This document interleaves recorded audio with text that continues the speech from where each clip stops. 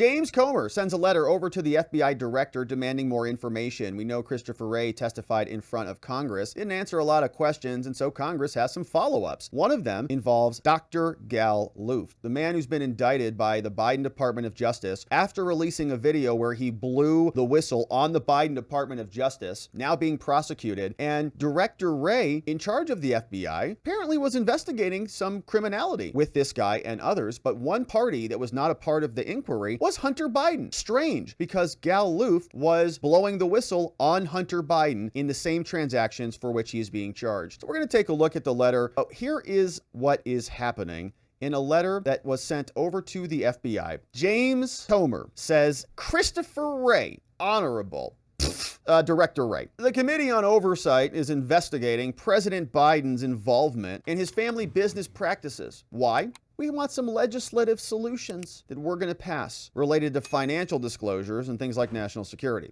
They say the committee is considering legislation aimed at deficiencies in the current legal framework regarding the disclosure of financial interests of vice presidents and sons of presidents. And so accordingly, a director recently, Gal Luft, who alleges to have worked with certain Biden family associates like Hunty, has publicized an account that raised significant concerns. And we watched the video together here. If you missed that, check it out. Last year, the DOJ charged Luft with various federal crimes after he blew the whistle. To be clear, the committee takes no position regarding the federal charges against Luft. We take the position of the presumption of innocence for everybody, Hunter included, but he's not being prosecuted. Others are. Instead, the committee's request narrowly tailored information he allegedly provided the DOJ. You're not doing the investigation, we're doing the investigation. And the FBI back in March 2019 regarding his interactions with CEFC. If you've got enough evidence to charge Gal Luft, well, you should have mounds of evidence to charge Hunter. Because if there's enough for Gal, there's 10 times, or if not 100 times more for Hunter. And the amount in monetary damages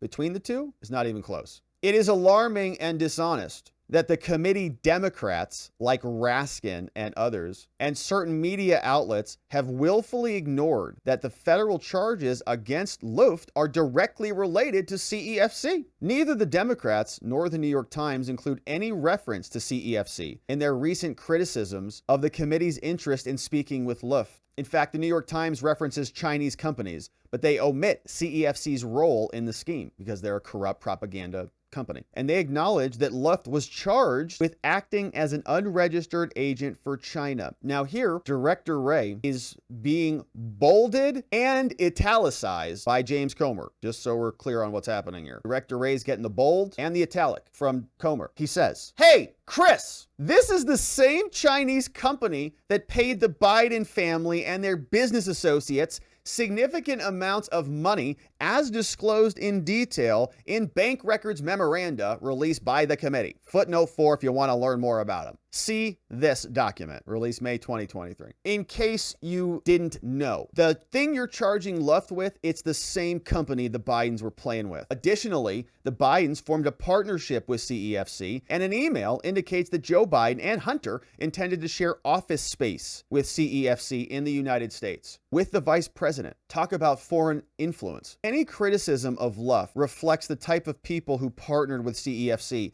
and accepted money from the corrupt Chinese company. This includes the Biden family. It would be negligent for the committee not to attempt to speak with a cooperator directly involved with the CEFC. On July 5th, the New York Post released a 14-minute video featuring Luft, which is a great video, who claims to have direct knowledge of the Biden family's international business practices, including with certain Chinese nationals with connections to the CCP. In the recording, Luft alluded to having details regarding Biden family associates' ties to the Chinese company CEFC. The founder and the chairman of the CEFC, Ye Jingming, used the company to bribe and to corruptly influence foreign officials. But after issuing his public statement, the DOJ sprung into action and unsealed its indictment of Luft. The Luft indictment revolves around payments made by CEFC to Luft. Indeed, the DOJ referenced the CEFC repeatedly in the Luft indictment and alleged significant payments from CEFC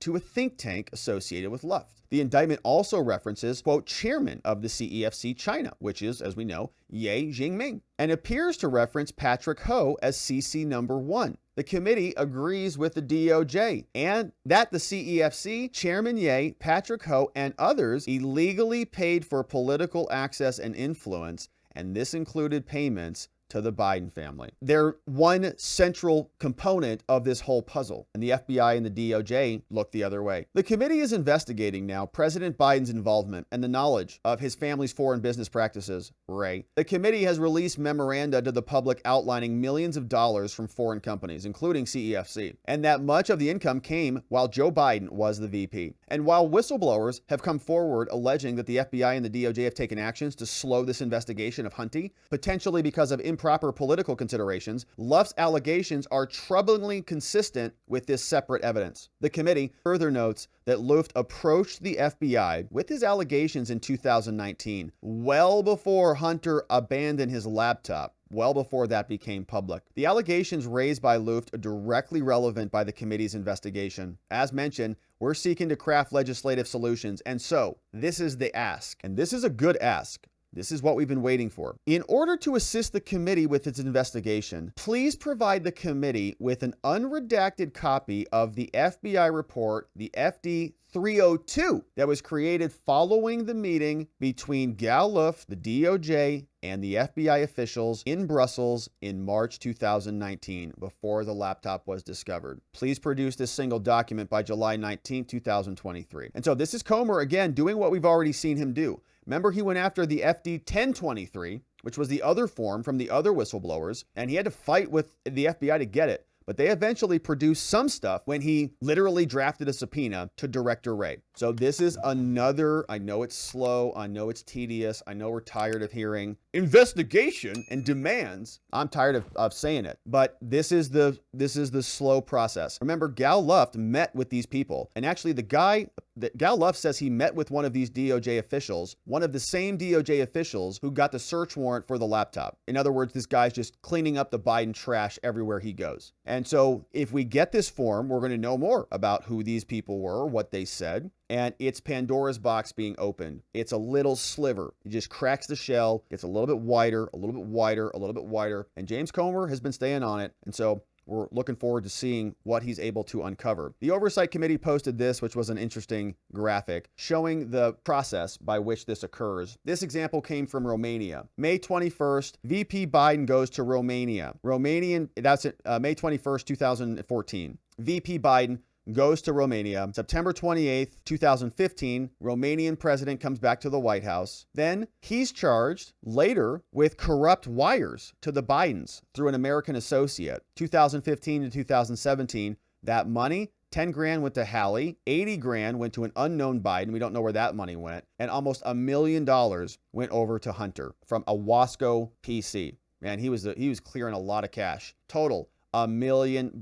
So that same cycle times many different shell companies with many different countries over and over and over again, just printing cash for Hunter and the Biden crime family. Now, this is James Comer talking about wanting to cancel the plea deal when this time comes, and talking about the cocaine and double standards that we've seen out of the Biden administration, not just from the DOJ or the FBI, but now the Secret Service. They can't even find the crackhead in the White House. Very dangerous. It's very disturbing. One of two things has happened here. Either number one, the Secret Service is lying to us and they're covering for someone, or number two, they're incompetent, because this is supposed to be the most secure dwelling in America. And for the Secret Service to admit to the world that not only can they not figure out who dropped off a white powdery substance in one of 3 locations in the White House, that remember that story's changed 3 times where the cocaine was actually found. With a lock and key. But also that there have been 2 other instances where illegal drugs were found on the premise in the White House. This is unacceptable. We spend a lot of money, a lot of tax dollars to make sure that we have the best Secret Service that money can buy, but yet they can't determine who brings illegal substances into the White House. I think that's very disturbing. But, Congressman, I'm equally as disturbed that they gave up. Well, they gave up because they don't want to uncover who it is. They know who it is. Question, know, they spent 11 days to try to figure out who left an illegal substance in the White House, but they've been spending over 5 years investigating the Bidens for all their money laundering, so all their racketeering, all their tax evasion, and according to U.S. Attorney Weiss, they're still investigating the president and his son for bribery and for potential wrongdoing. So it makes no sense. You know, the Secret Service hadn't really received a black eye like the Department of Justice or the FBI, but unfortunately today, this is another name on the list of agencies that have run amok. Again, either they're not being truthful with the House Oversight Committee or they're incompetent by not being able to determine who left this substance. It's hard for me to believe that our technology at the FBI couldn't identify some DNA on this bag of cocaine. It's just cameras, man. All they needed was the cameras. They had the cameras. They still couldn't figure it out. A lot of new information. We've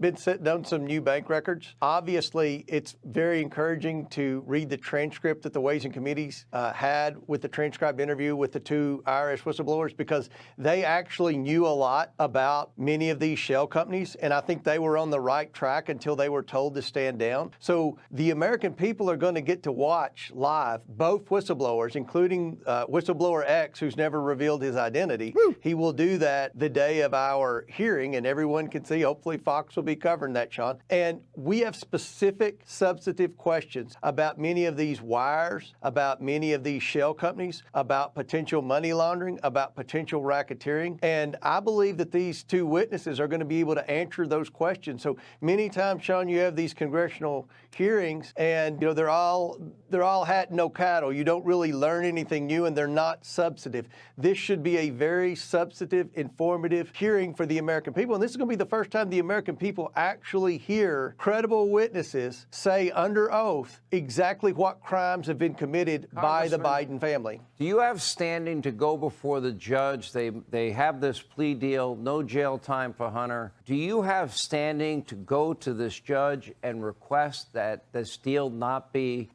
agreed to by the judge because of new information and new evidence has been forthcoming? We have to go through the Department of Justice, unfortunately, for things like granting immunity. No. Yeah, right. No. Long story short. All right. And remember, that energy company is the same energy company that was paying Gal Luft, and the Department of Justice indicted Gal Luft on being an unregistered foreign agent, yet Hunter Biden received about 25 times more money from that same Chinese energy company, and they let him walk free. So we're, in addition to having the committee hearing with the IRS whistleblowers, where we're going to be able to ask very substantive tax questions, we're also going to be having depositions and transcribed interviews where we can ask people exactly what Joe Biden knew and when he knew it. So I think next week has the potential to be a very productive week with respect to our investigation. And I think it's going to be, there will be a lot of questions that Joe Biden's going to have to answer. And I don't know how much longer the mainstream media can turn a blind eye to this, because the evidence is overwhelming